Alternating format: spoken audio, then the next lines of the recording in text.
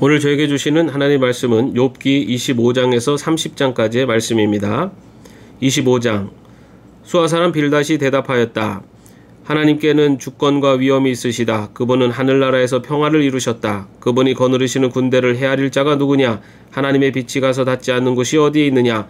그러니 어찌 사람이 하나님 앞에서 의롭다고 하겠으며 여자에게서 태어난 사람이 어찌 깨끗하다고 하겠느냐?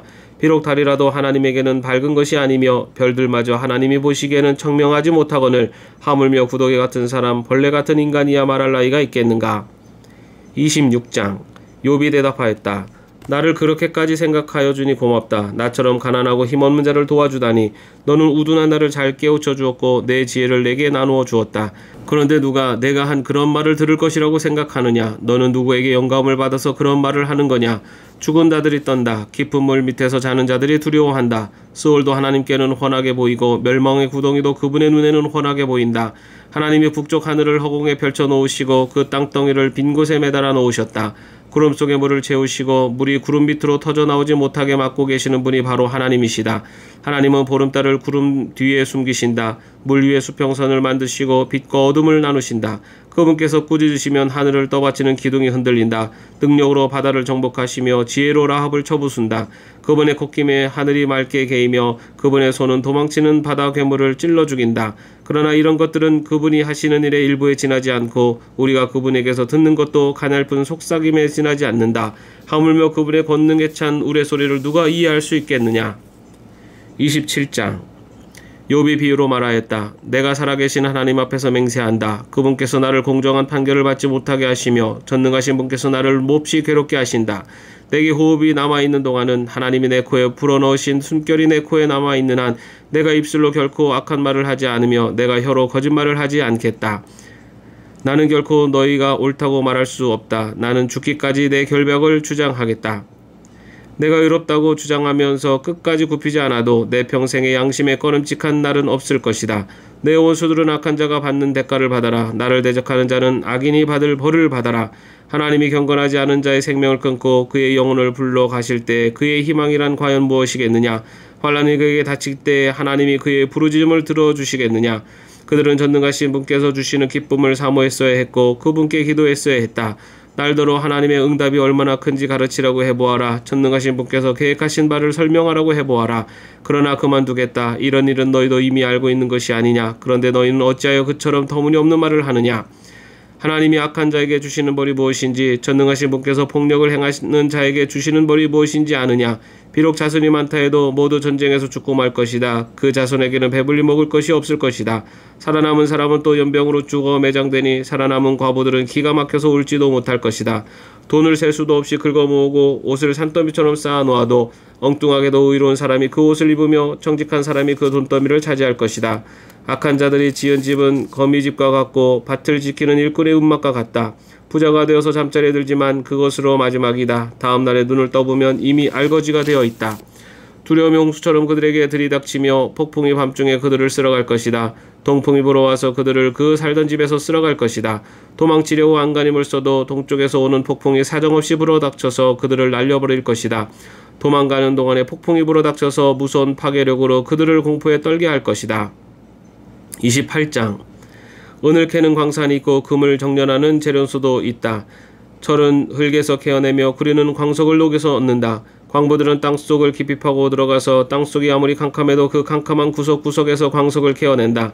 사람이 사는 곳에서 멀리 떨어진 곳, 사람의 발이 가닿지 않는 곳에 사람들은 갱도를 판다. 줄을 타고 매달려서 외롭게 일을 한다. 땅 위에서는 먹거리가 자라지만 땅속은 같은 땅인데도 용암으로 들끓고 있다. 바위에는 사파이어가 있고 돌가루에는 금이 섞여 있다. 솔개도 거기에 이르는 길을 알지 못하고 매의 날카로운 눈도 그 길을 찾지 못한다. 겁없는 맹수도 거기에 발을 들여놓는 일이 없고 무서운 사자도 그곳을 밟아본 적이 없다. 사람은 굳은 바위를 깨고 산을 그 밑뿌리까지 파들어간다. 바위에 굴을 뚫어서 각종 진귀한 보물을 찾아낸다. 강의 근원을 찾아내고 땅에 감춰진 온갖 보화를 들추어낸다. 그러나 지혜는 어디에서 얻으며 슬기가 있는 곳은 어디인가? 지혜는 사람에게서 발견되는 것이 아니다. 사람은 어느 누구도 지혜의 참 가치를 알지 못한다. 깊은 바다도 나는 지혜를 감추어 놓지 않았다 하고 말한다. 넓은 바다도 나는 지혜를 감추어 놓지 않았다 하고 말한다. 지혜는 금을 주고 살 수 없고 은으로도 그 값을 치를 수 없다. 지혜는 오빌의 금이나 값진 루비나 사파이어로도 그 값을 치를 수 없다. 지혜는 금보다 값진 것, 금잔이나 값진 유리잔보다 더 값진 것이다. 지혜의 값은 산호보다 수정보다 비싸다. 지혜를 얻는 것은 진주를 가진 것보다 값지다. 에티오피아의 토파즈로도 지혜와 비교할 수 없고 정금으로도 지혜의 값을 치를 수 없다. 그렇다면 지혜는 어디에서 오며 슬기가 있는 곳은 어디인가? 모든 생물의 눈에 숨겨져 있고 공중의 새에게도 감추어져 있다. 멸망의 구덩이와 죽음도 지혜를 두르고 이르기를 지혜라는 것이 있다는 말은 다만 소문으로만 들었을 뿐이다 하고 말한다. 그러나 하나님은 지혜가 있는 곳에 이르는 길을 아신다. 그분만이 지혜가 있는 곳을 아신다. 오직 그분만이 땅끝까지 살피실 수 있으며 하늘 아래에 있는 모든 것을 보실 수 있다.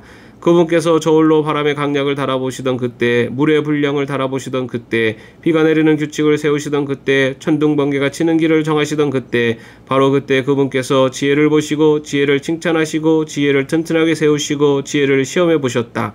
그런 다음에 하나님은 사람에게 말씀하셨다. 주님을 경외하는 것이 지혜요 악을 멀리하는 것이 슬기다. 29장 욥이 다시 비유를 써서 말을 하였다. 지나간 세월로 되돌아갈 수만 있으면 하나님이 보호해 주시던 그 지나간 날로 되돌아갈 수 있으면 좋으련만 그때 하나님이 그 등불로 내 머리 위를 비추어 주셨고 빛으로 인도해 주시는 대로 내가 어둠 속을 활보하지 않았던가. 내가 그처럼 잘 살던 그 시절로 다시 돌아가서 살 수 있으면 좋으련만 내 집에서 하나님과 친밀하게 사귀던 그 시절로 되돌아갈 수 있으면 좋으련만 그때는 전능하신 분께서 나와 함께 계시고 내 자녀들도 나와 함께 있었건만 젖소와 양들이 젖을 많이 내어서 내 발이 젖으로 흠쩍 젖었건만 돌짝밭에서 자란 올리브 나무에서는 올리브 기름이 강물처럼 흘러나왔건만 그때는 내가 성문 회관에 나가거나 광장에 자리를 잡고 앉으면 젊은이들은 나를 보고 비켜서고 노인들은 일어나서 내게 인사하였건만 원로들로 하던 말을 멈추고 손으로 입을 가렸건만 귀족들도 혀가 입천장에 달라붙기나 한 것처럼 말소리를 죽였건만 내 소문을 들은 사람들은 내가 한 일을 칭찬하고 나를 직접 본 사람들은 내가 한 일을 기꺼이 자랑하고 다녔다. 내게 도움을 청한 가난한 사람들을 내가 어떻게 구해주었는지 의지할 데가 없는 고아를 내가 어떻게 잘 보살펴 주었는지를 자랑하고 다녔다. 비참하게 죽어가는 사람들도 내가 베푼 자선을 기억하고 나를 축복해 주었다. 과부들의 마음도 즐겁게 해주었다. 나는 늘 정의를 실천하고 매사를 공평하게 처리하였다. 나는 앞을 못 보는 이에게는 눈이 되어주고 발을 저는 이에게는 발이 되어주었다. 궁핍한 사람들에게는 아버지가 되어주고 알지도 못하는 사람들의 하소연도 살펴보고서 처리해 주었다. 악을 행하는 자들의 턱뼈를 으스러뜨리고 그들에게 희생당하는 사람들을 빼내어 주었다. 그래서 나는 늘 나는 죽을 때까지 이렇게 건장하게 살 것이다. 소털처럼 많은 나날 불사조처럼 오래 살 것이다. 나는 뿌리가 물가로 뻗은 나무와 같고 이슬을 머금은 나무와 같다. 사람마다 늘 나를 칭찬하고 내 정력은 쇠하지 않을 것이다 하고 생각하였건만 사람들은 기대를 가지고 내 말을 듣고 내 의견을 들으려고 잠잠히 기다렸다. 내가 말을 마치면 다시 뒷말이 없고 내 말은 그들 위에 이슬처럼 젖어들었다. 사람들은 내 말을 기다리기를 단비를 기다리듯 하고 농부가 봄비를 기뻐하듯이 내 말을 받아들였다. 내가 미소를 지으면 그들은 새로운 확신을 얻고 내가 웃는 얼굴을 하면 그들은 새로운 용기를 얻었다. 나는 마치 군대를 거느리는 왕처럼 슬퍼하는 사람을 위로해주는 사람처럼 사람들을 돌보고 그들이 갈 길을 정해주곤 하였건만.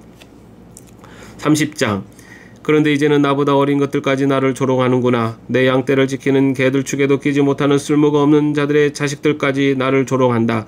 젊어서 손에 힘이 있을 듯하지만 기력이 쇠어서 쓸모가 없는 자들이다.